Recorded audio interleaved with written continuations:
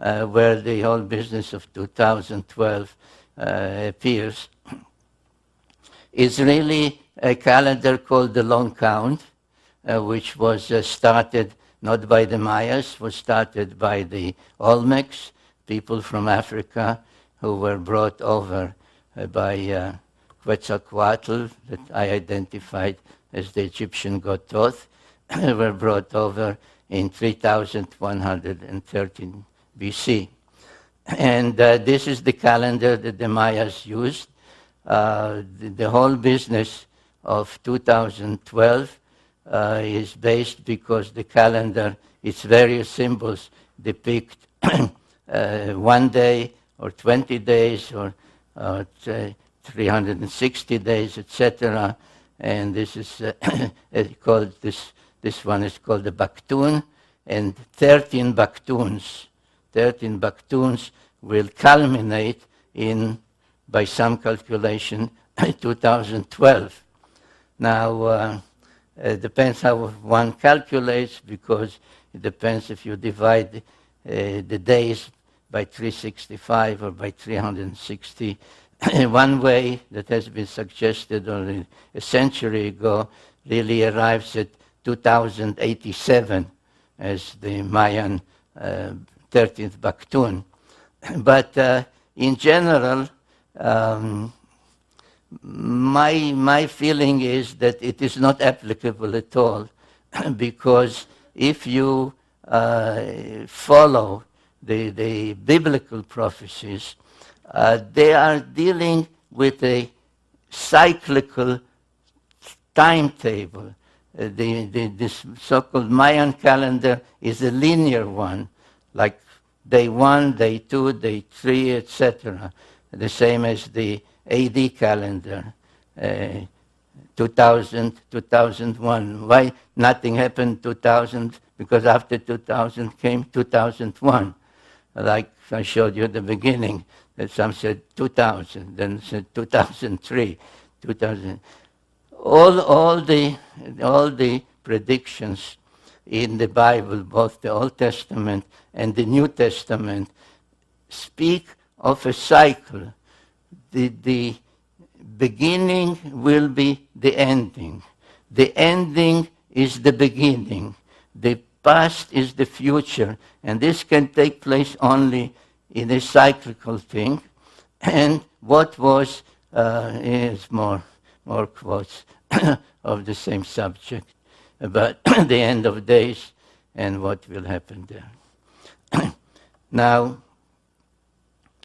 the best clues in the Old Testament about this whole business of the end of days, when will it be, not only what will happen, but when will it be, is in the book of Daniel.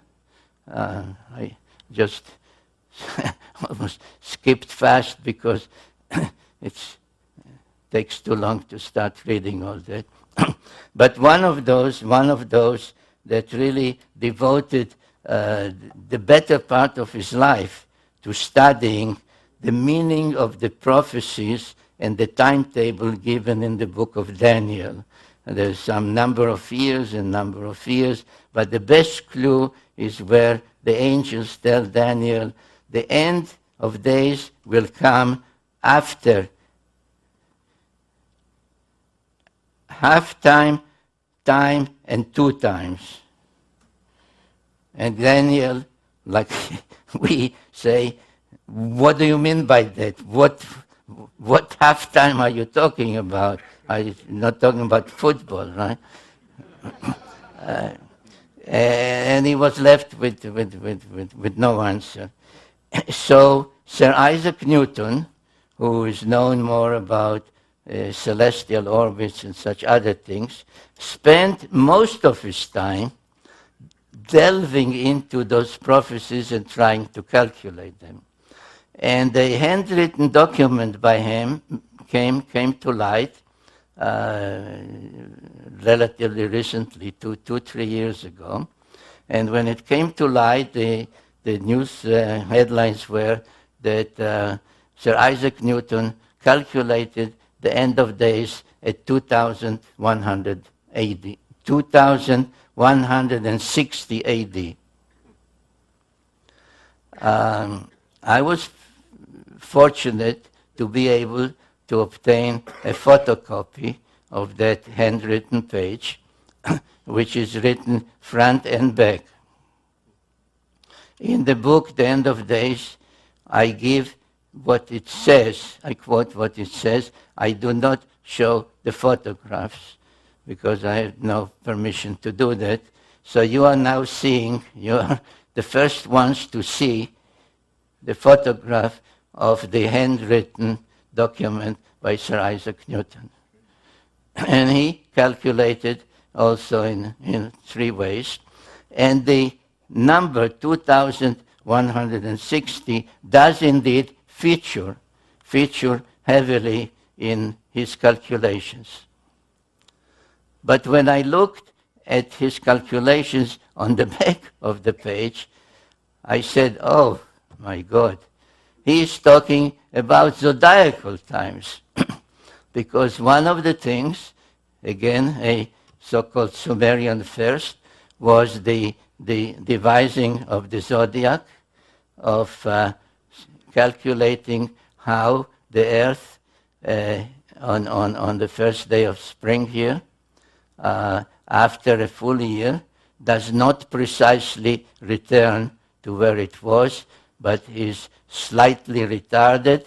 The retardation amounts to 1 degree of 360 in 72 years, and a 30-degree zodiacal house, therefore 30 times 72 is 2,160. So the mathematical zodiacal time is 2,160 years.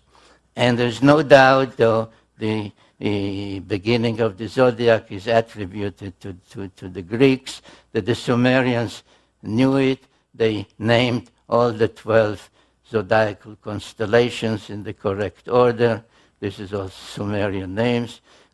They depicted them the way we still use to this day. So there's no doubt that they knew the zodiacal times. But again, as with other things, how could they? How could any immortal Sumerian not only measure the delay of 1 degree in 72 years, but of 30 degrees of the shift from one zodiacal house to another in 2,160 years?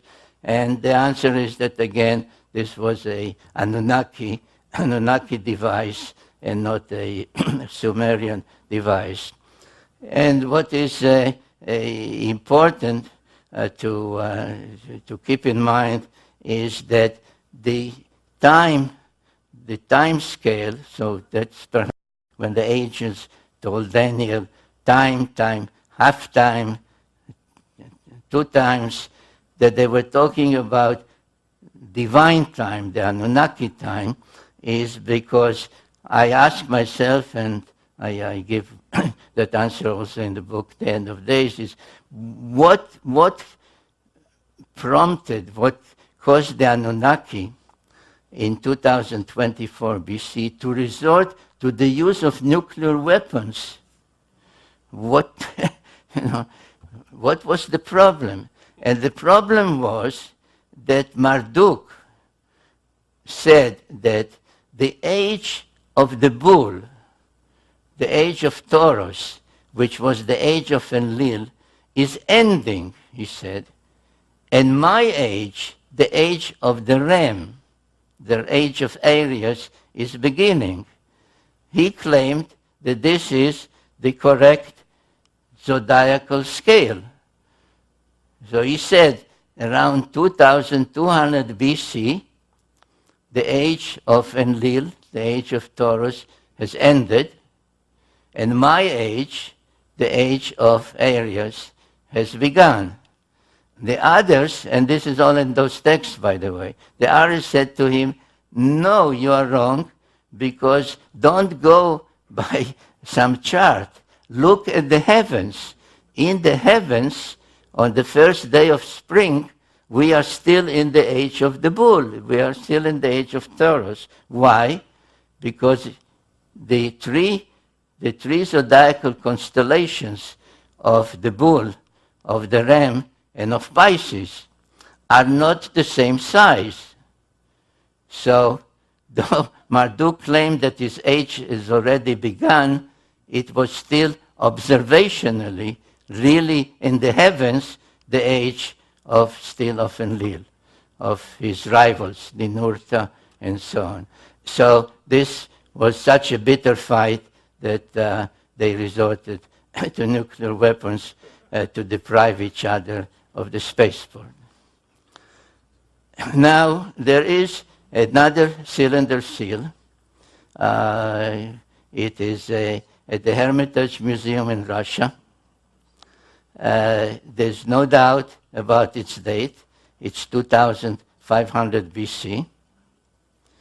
And it shows, in my opinion, without doubt, an astronaut on the sixth planet, which is Mars, greeting an astronaut on the seventh planet, which is Earth. You remember I asked you to keep it in mind, Earth and its moon. And between them, there is a spacecraft. So, a return of the Anunnaki with a stopover on Mars, one greeting the other, has occurred.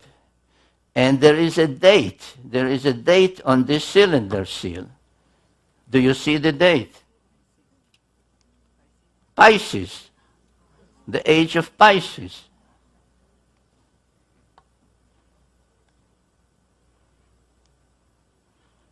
The age of Pisces.